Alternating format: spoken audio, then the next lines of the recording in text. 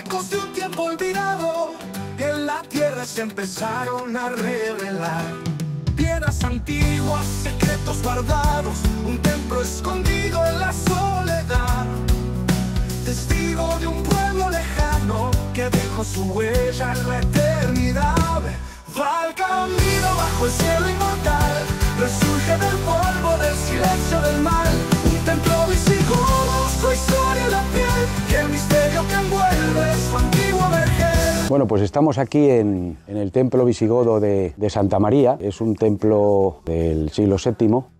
Solamente existen dos en la Comunidad de Madrid, este parece ser que es el más antiguo. Esta finca la compra el ayuntamiento hace 20 años y bueno, se hace un estudio arqueológico, no sabíamos que era tan antigua la verdad, y bueno, pues aparece un cadáver ahí, un enterramiento, que es una mujer de unos 45 años.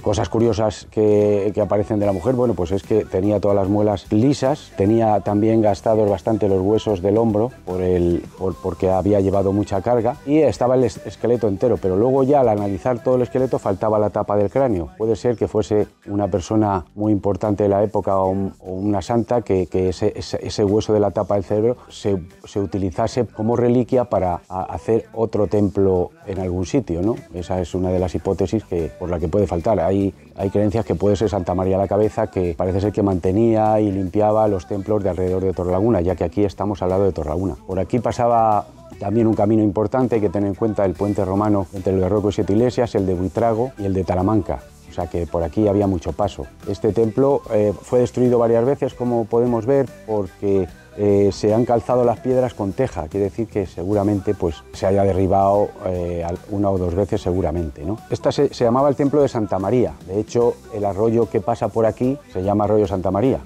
Había un pozo ahí donde los monjes que vivirían aquí pues se abastecían de agua. También hay un colmenar ahí abajo redondo para protegerse, para que los osos no se comiesen la miel. También hay una zona aquí al lado que se llama la viña. Claro, para decir misa pues había que hacer vino, y aquí tenían también viñedo, ¿no? Y luego también hay algunas edificaciones pequeñas que podrían ser pues, o cabras o ovejas que tendrían aquí para sustento. Luego el templo consta de 3 naves, la nave principal para decir la misa, y luego tenemos otra nave que podría ser de almacenamiento o donde comían y bueno, de uso digamos diario para los que vivían aquí, y luego tenemos otra nave que seguramente sería el almacén, pues eso, para almacenar alimentos y todo eso. Luego está el altar. Bueno, la misa en aquella época pues se decía de espaldas al público, a la gente que venía a misa, y cuando se bendecían el pan y el vino pues se corría una cortina, porque se supone que el cura conectaba con Dios, y eso no lo podían ver los feligreses, ¿no?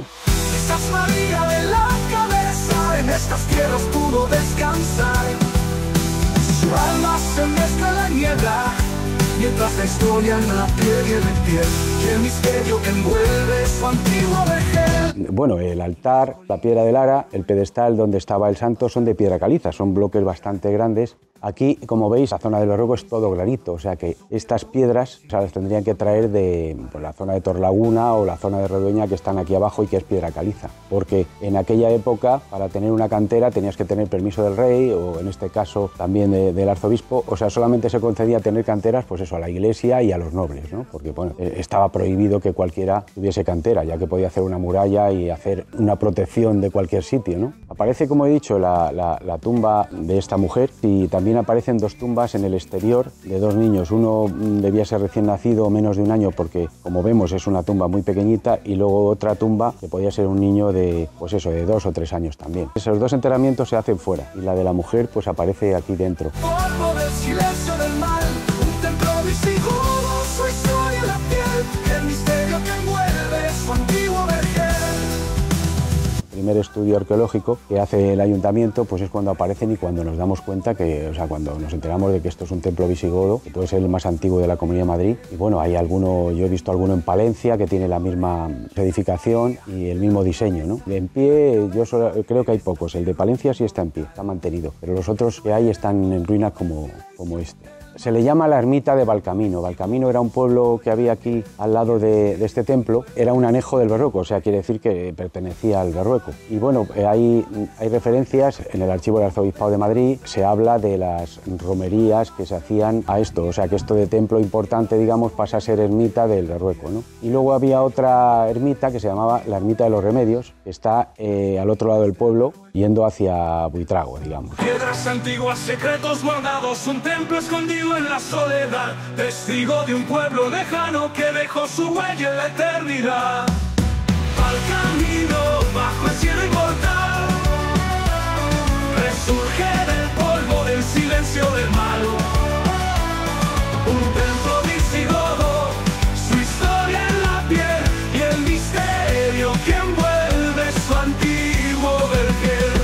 Luego ya cuando el Berrueco, o sea, cuando el ayuntamiento pues hacemos el estudio arqueológico y aparece pues eso, que es un templo visigodo, pues la Patrimonio de la Comunidad de Madrid ya hace un segundo estudio arqueológico y un proyecto, se hace una pared al norte para proteger las ruinas y luego se hace una cubierta y se hace una fijación, digamos, de las piedras, pues eso, para que no se siga destruyendo. Y bueno, pues como os decía, que aparecen las romerías que se hacían aquí, que venían de Torrelaguna, el alcalde de Torrelaguna, venían de la Cabrera también con su alcalde a esta romería, porque se juntaban aquí en las romerías, entonces pues acudía todo el mundo, tanto a esta como a la de la ermita de los Remedios. Y bueno, ahí también en pleitos que hemos tenido de término del Berrueco, demuestran, digamos, en el pleito dónde llegaba el término, porque cuando venía, por ejemplo, el alcalde de la Cabrera a la romería, la vara de mando que traía la tenía que dejar antes de entrar en el término del Berrueco, pues en Tres Cantos o depende de dónde viniera, ¿no? Entonces en varios pleitos he visto que habla de que el término del Berrueco llegaba hasta allí porque el alcalde de la Cabrera dejaba allí, o de Torrelaguna o de donde fuese, dejaba allí la vara de mando y no pasaba hacia acá, y eso nos ha servido para demostrar que el término del Berrueco llegaba hasta allí en aquella época, ¿no? Va el camino bajo el cielo inmortal, resurge del polvo del silencio del mar. Un templo visigodo, su historia en la piel y el misterio que envuelve su antiguo vergel. En las colinas del Berrueco, donde el pasado se niega a callar, el templo visigodo en su quietud nos invita a soñar, a recordar.